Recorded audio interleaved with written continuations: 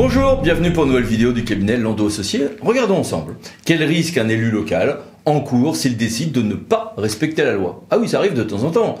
On parle du ZAN, de la loi immigration. Enfin, dès qu'il y a un nouveau texte législatif un peu polémique, on a toujours quelques élus qui disent « Bah moi, la loi, je l'appliquerai pas ». Bon, ok, c'est un effet politique, mais est-ce que ça peut avoir un effet juridique? Eh bien, il peut y avoir, oui, dans certains cas, plusieurs sanctions, on va les voir ensemble, et puis il y a surtout cette menace du pénal, de l'article 432-1 du Code pénal.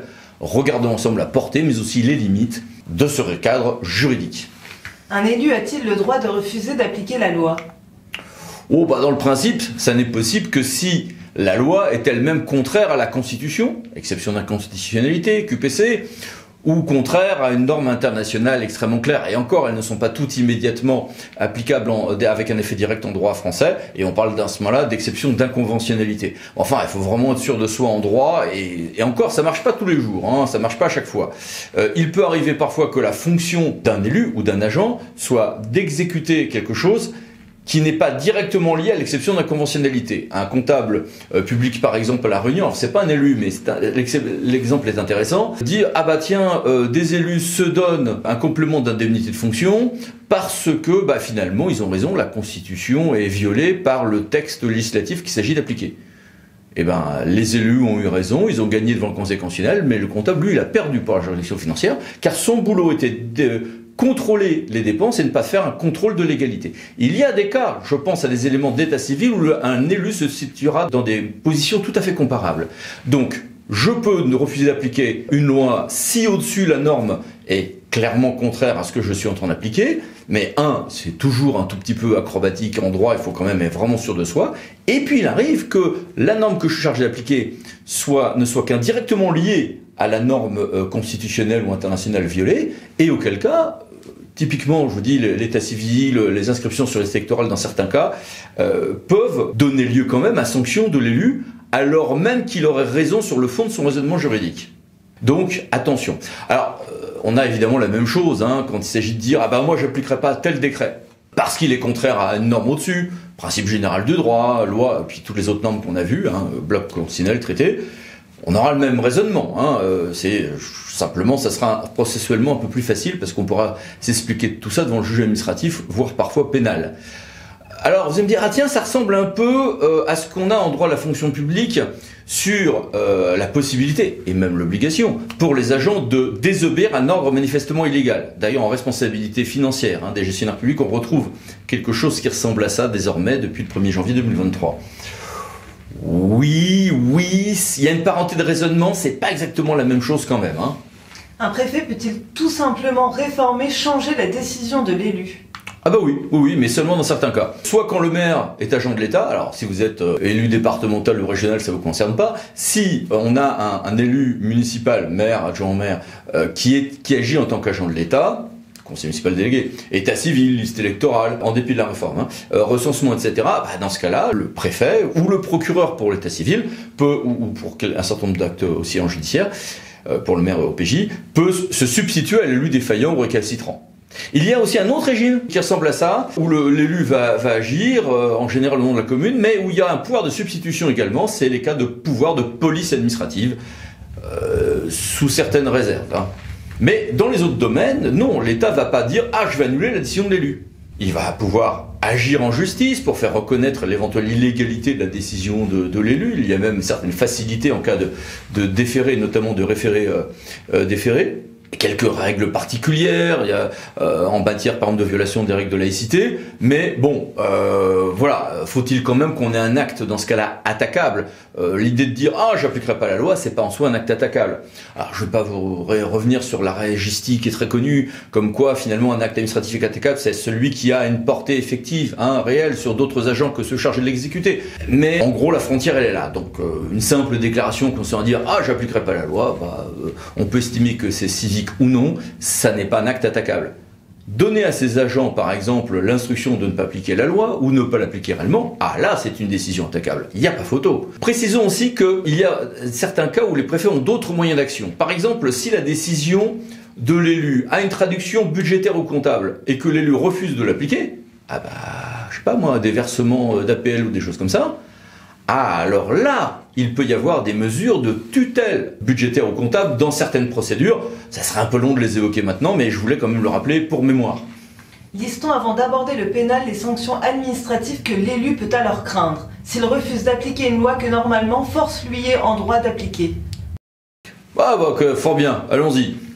Alors, premier risque, l'annulation de la décision, c'est ce que j'évoquais juste avant, avec parfois l'injonction, prononcée par le juge, avec ou sans astreinte de prendre mesure en sens contraire. Donc, monsieur le maire, vous avez décidé de ne pas appliquer ceci ou de faire autrement, c'est en soi une décision illégale, elle a un effet concret, donc c'est un acte attaquable, et on peut dire que tant qu'on n'a pas pris la mesure en sens contraire ou autre, il y a une injonction de le faire, avec même une astreinte au-delà d'un certain temps. Et parfois, ne pas appliquer la loi peut entraîner la responsabilité financière de l'élu s'il y a un impact financier, notamment s'il y a une décision de justice qui nous a conduit à la fois précédente. C'est-à-dire que si je refuse d'exécuter une décision, très bien, mais si la commune finit par être condamnée à payer une astreinte parce qu'à partir de telle date, elle n'a toujours pas exécuté telle décision, décidée par le juge, alors ça peut entraîner dans ce cas-là la responsabilité financière de l'élu et des agents, en tout cas des agents ayant un minimum de pouvoir de décision, qui auraient décidé de refuser d'exécuter la décision de justice. Il y a 2 infractions dans le code des juridictions financières. Sur ce point, je vous ai mis quelques références à l'écran. Troisième risque, dans les cas qui ne sont pas si rares que ça, on peut démettre d'office des élus, démettre ça veut dire une démission d'office, décidée par le préfet, qui refuse d'assurer une des fonctions municipales obligatoires.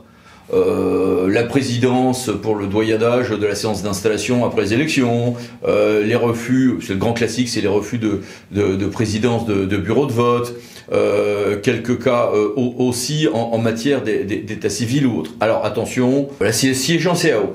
Alors attention, il y a des jurisprudences assez nuancées qui se sont développées sur ce point précis, parce que sinon ça serait trop facile de piéger tel ou tel élu. Très rare, il y a eu assez peu de cas, mais dans des cas rares, un maire pourra être révoqué. Alors là, il faut monter par un décret en Conseil des ministres. En revanche, on n'est pas obligé qu'il y ait des condamnations pénales définitives pour le faire, rappelons-le. Je vous ai mis là aussi quelques références. Parfois, ne pas appliquer un régime juridique, c'est s'attirer des difficultés avec ses amis. Regardez, on avait fait une vidéo, par exemple, sur Lausanne. Et, enfin, on a fait plusieurs, mais dont une où on évoquait, c'était en bref, indirectement la question de savoir si, cas théorique, un président de conseil régional dit « j'applique pas le ZAN ».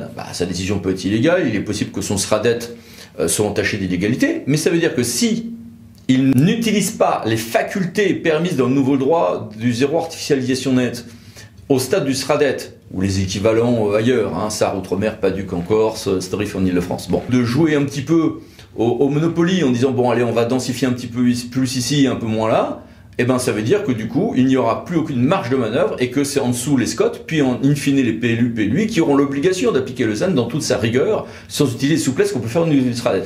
Donc parfois, ne pas appliquer un régime juridique, c'est une posture politique, payante ou pas. Ça, c'est un autre sujet à court terme. Oui, mais ça peut entraîner des difficultés, y compris avec ses amis, par ricochet. Et puis, il y a le pénal.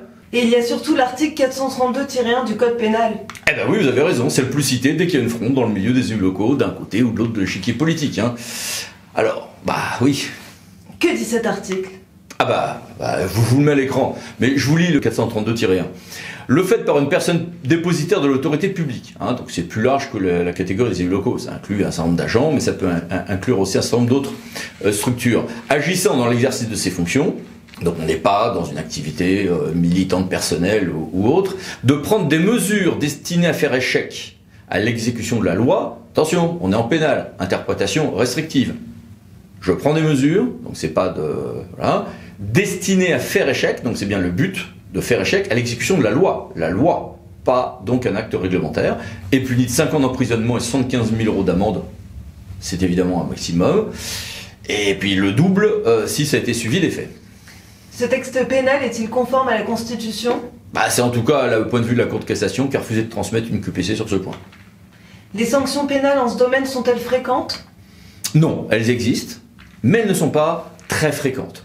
Par exemple, des élus qui, en l'occurrence en Corse, montrent une certaine inertie à la suite de décisions qui, elles, étaient actives prises par leurs prédécesseurs, les élus qui sont contentés de ne rien faire, ça n'est pas en soi une mise en échec, alors même que l'inertie peut être une mise en échec, mais dont la Cour de cassation a estimé que là, pour le coup, ça n'était pas le cas. En revanche, ont été condamnés des élus qui violaient les dispositions du code de procédure pénale. Dans le premier cas, c'est un cas qui pourrait être discuté d'ailleurs, parce que l'élu dit aux policiers municipaux « Non, mais ça sert à rien de rendre compte à l'officier de police judiciaire compétent, parce que l'infraction était sur la commune voisine. » Bah non, j'ai l'obligation de rendre compte d'infractions que je constate. Ou donnant instruction de ne pas constater certaines infractions, dans un cadre là moins discutable en droit, décision de 2018, qui avait donné lieu d'ailleurs à une condamnation vraiment personnelle de l'élu, qui en réalité avait mis en place une machine à ne pas faire payer les infractions. Voilà. Il y a une affaire qui, après cassation, semble encore en cours. En tout cas, j'ai fait des recherches et j'ai pas trouvé de décision définitive sur des questions de refus d'inscription scolaire d'enfants roms par un maire. Ne constitue pas cette infraction. Par exemple, le fait pour un ministre de donner des instructions sur un permis de construire qui était celui de la Fédération de Russie pour l'édification à Paris d'une église orthodoxe. C'est sur l'ancien siège de Météo France, vous voyez peut-être, c'est au bord de la Seine. Parce que en plus on n'était même pas sûr que ces instructions étaient illégales et il a le droit de donner des instructions. Cour de justice de la République, 26 septembre 2013. Passons à Levallois-Perret maintenant. Le maire dit « Comment ça, vous n'avez plus le droit d'avoir tel ou tel type d'armement, vous les policiers municipaux? Oh, on s'en fout, vous gardez vos armements. » Ah, ça c'est faire obstacle à l'application du droit, on est d'accord. Mais pas de la loi. Parce que la norme en question, c'était un décret. Du coup, l'infraction n'est pas constituée. Le maire de Levallois-Perret a été rattrapé par la patrouille, mais après, sur d'autres infractions. Au total ? Au total, on a une sanction pénale qui est rare, qui ne portera que sur des violations manifestes et actives d'obligations fixées par une loi. Mais si ces conditions se trouvent réunies, l'infraction s'applique. On a pour l'instant peu de jurisprudence, mais si, par des actes précis, identifiés, sourcés comme remontant à tel ou tel élu, on a réellement des mesures de nature à faire échec à l'application de la loi, il est possible qu'on ait dans les temps qui viennent d'autres jurisprudences avec d'autres condamnations. Et auquel cas, évidemment, l'affaire cessera d'être uniquement politique et médiatique pour devenir réellement judiciaire. Voilà, merci pour votre attention, à bientôt pour d'autres vidéos de Kevin Landau Associés. Allez, pensez à vous abonner, c'est par là. Merci, au revoir.